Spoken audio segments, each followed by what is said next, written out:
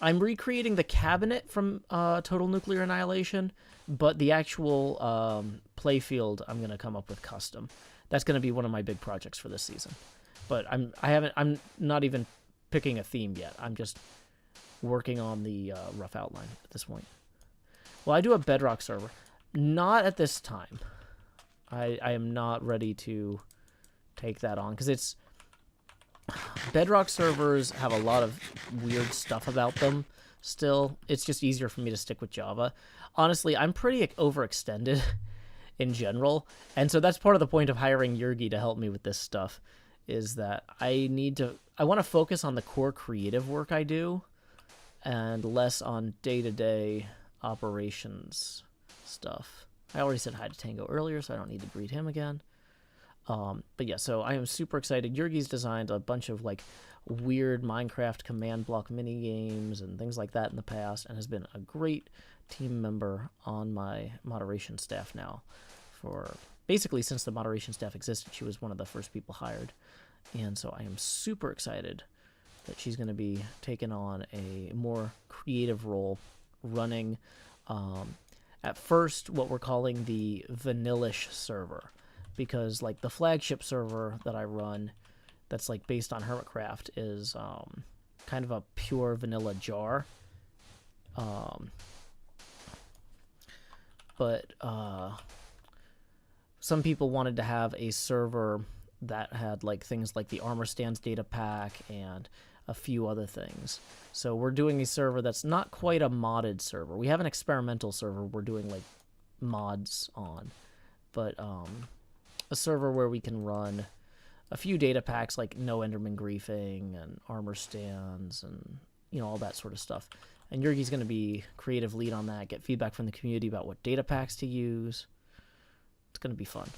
Hey, we got a tip rolling in for 2 from Rotation. Thank you very much. That's going to put us 18 away from our first face camera expansion. Just so you know, PayPal's doing something weird. It's not posting the tip like messages or descriptions right now, and I don't know what's going on with PayPal right now. I'm gonna have to look into that. I tried to figure it out earlier today, and I kind of hit a wall and was like, either something's broken that they know is broken and are gonna fix, or I have to call support, and I really don't want to call support. So hopefully this is something that they know is broken and will fix on their own. So, okay. The donut's still there. It's pretty difficult to move an entire mountain. Okay.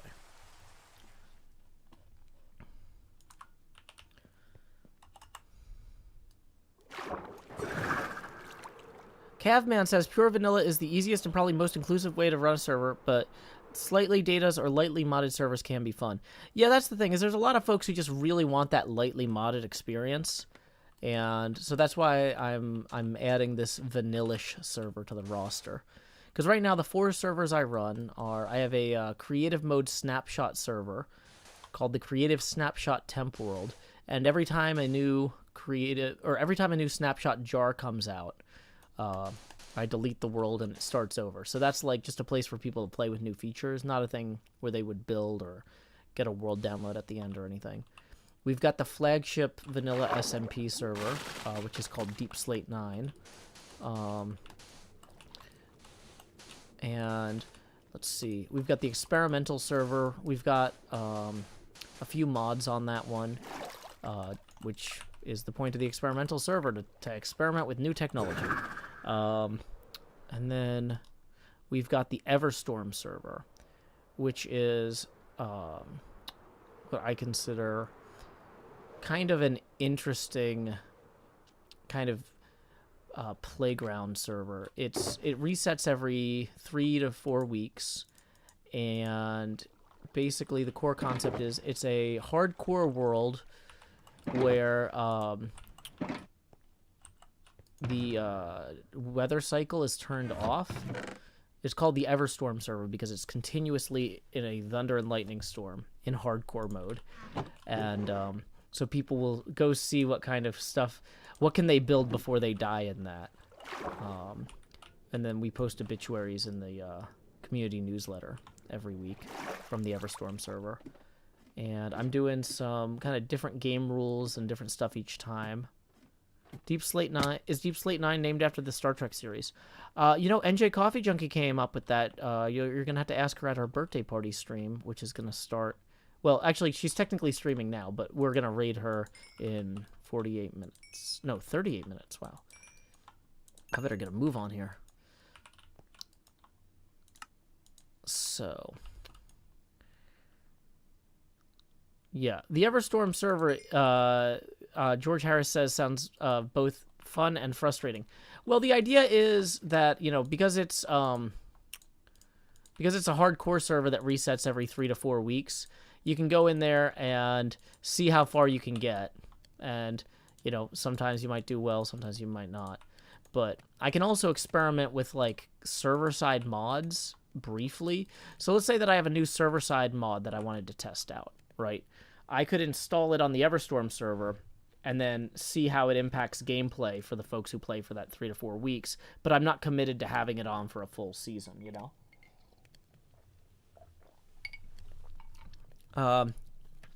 Wizard says, Everstorm like the Way of Kings. That's where I got the idea for the name. Yeah, I love The Way of Kings. It's a very good book.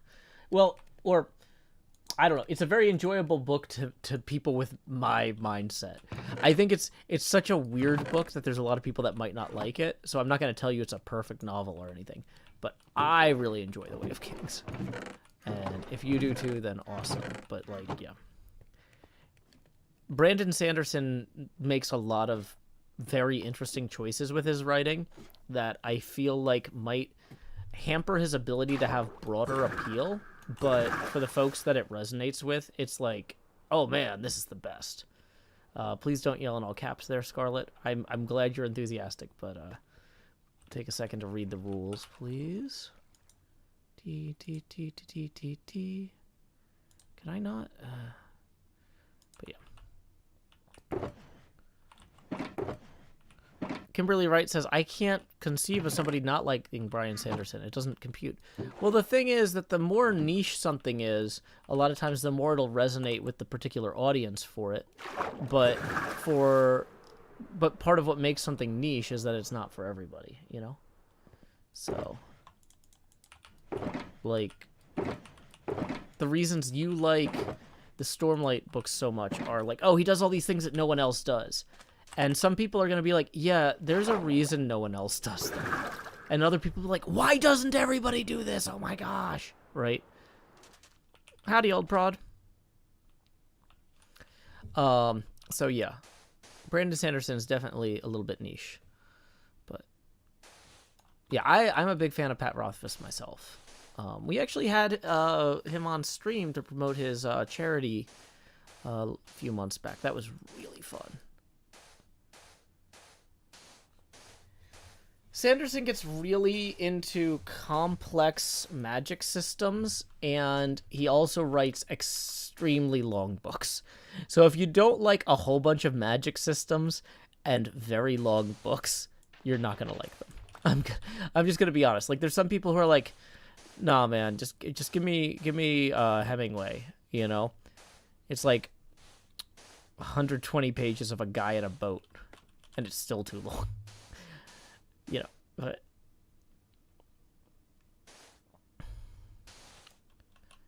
yeah, some people just aren't gonna like the way he writes, and that's fine. Not every authors don't try to make things that are for everybody. I mean, or at least they shouldn't try, because they're not gonna succeed anyway.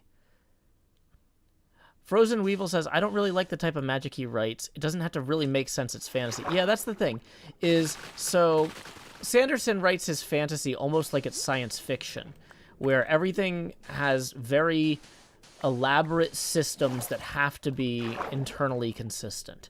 And then he explores the weird edge cases of those systems.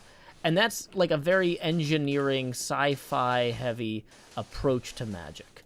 Like, in some ways, magic is more fun when it's Discworld-esque, and it's just like, whatever is the best joke, Yeah, Mistborn was another Sanderson book. Yeah, no, I'm not saying he's a bad writer. I'm saying that, like, the way he writes is not going to have I understand that the reasons I like it are the reasons other people might hate it.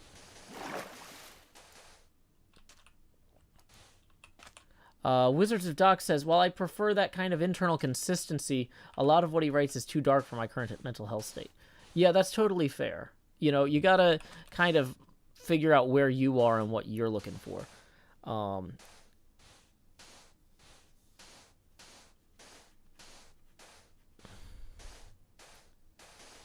Cavman says, I got obsessed with Banks a while back and have been devouring his stuff. Yeah, Banks' stuff is very interesting. Banks wrote a series of novels called the Culture series, and I don't know what, like, I don't know how...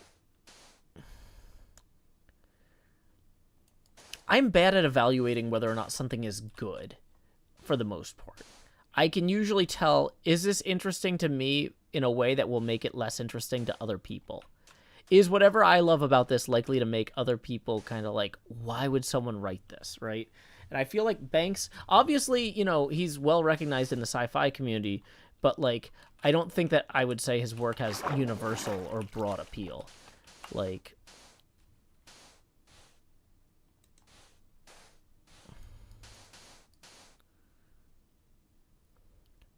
His Greatness says, I took a break mid-Brandon Sanderson book to read a different book. They're good, just too long to one-shot for me. No, that's fair.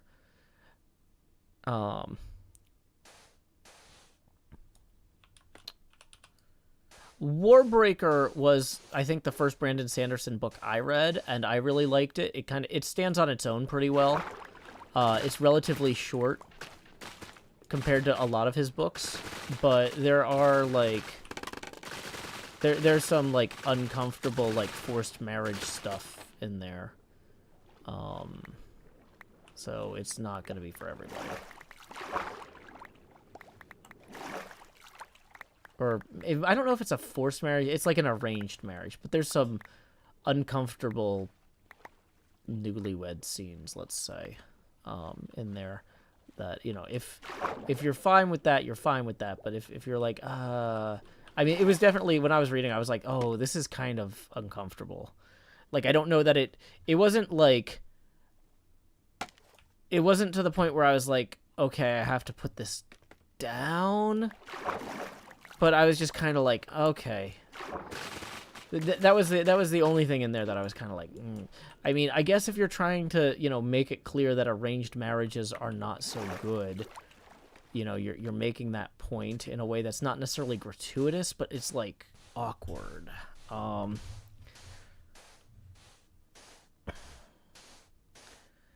Grace Winder says, I've been meaning to ask Joe's opinion on Banks. Yeah, so the Culture series, which is what Banks writes, is a very strange sci-fi series compared to, like, a lot of modern stuff. It's...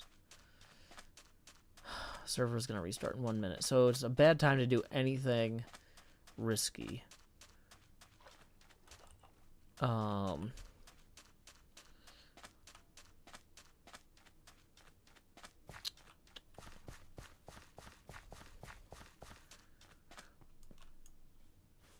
Let's just lay our heads down and dream. Make sure when the server restarts that nobody's getting attacked by a mob. But yeah, so the Culture series is really weird because it's about a civilization that's so advanced that all of the other civilizations they interact with, they have to conceal their true technological level from. And so it's interesting because a lot of the characters in... If you like con artist stories, you would probably enjoy... If you like con artist or spy stories, you would probably like the Culture books.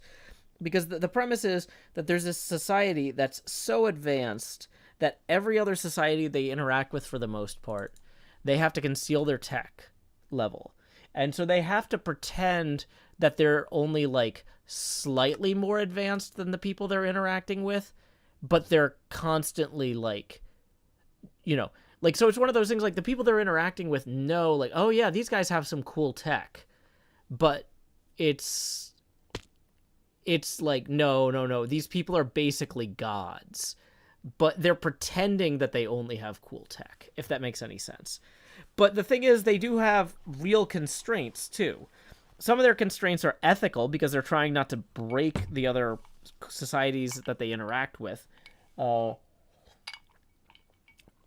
But some of their constraints are technical, like, they can't actually be multiple places simultaneously. TerraSpan says kind of like Wakanda in the Marvel universe. I don't know if that's a good, like, because Wakanda is still basically still. Spider Nom says it sounds kind of more like the Eternals. I mean, yeah, it's kind of like let's say that we ran into a planet full of cavemen and we pretended that we had like Viking technology and we're from an island far away on the planet and our ship had blown off course, rather than saying, hey, we flew here in a spaceship. It's like that, except they're interacting with civilizations that have spaceships and faster than light technology. Because it's like, the culture also has faster than light technology, but it has different, way better faster than light technology. Like, everything that everyone else has, the culture has like a stupidly better version of it. Right? And so they're constantly having to conceal how good their tech is and do all these dumb things. It's called the Culture Series. It's by Banks. Not Banksy, just Banks. But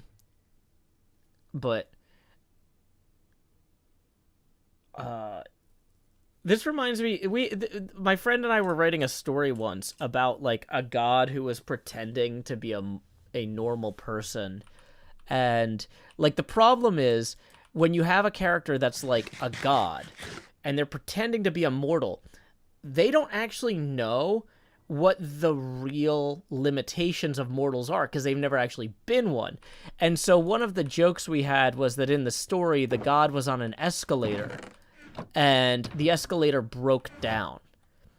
And they're just standing there for like going like, even though this machine has broken down, I could simply continue to walk up it, but that would reveal my true might. So what would a human do? What would a mortal do in this situation, stranded halfway between parts of a structure? And they're like panicking, and like because they don't know that they could just walk up the stairs, right? The broken escalator is now stairs, and a god can walk up the stairs without betraying they're a god, but how would they know that? You know what I mean? And so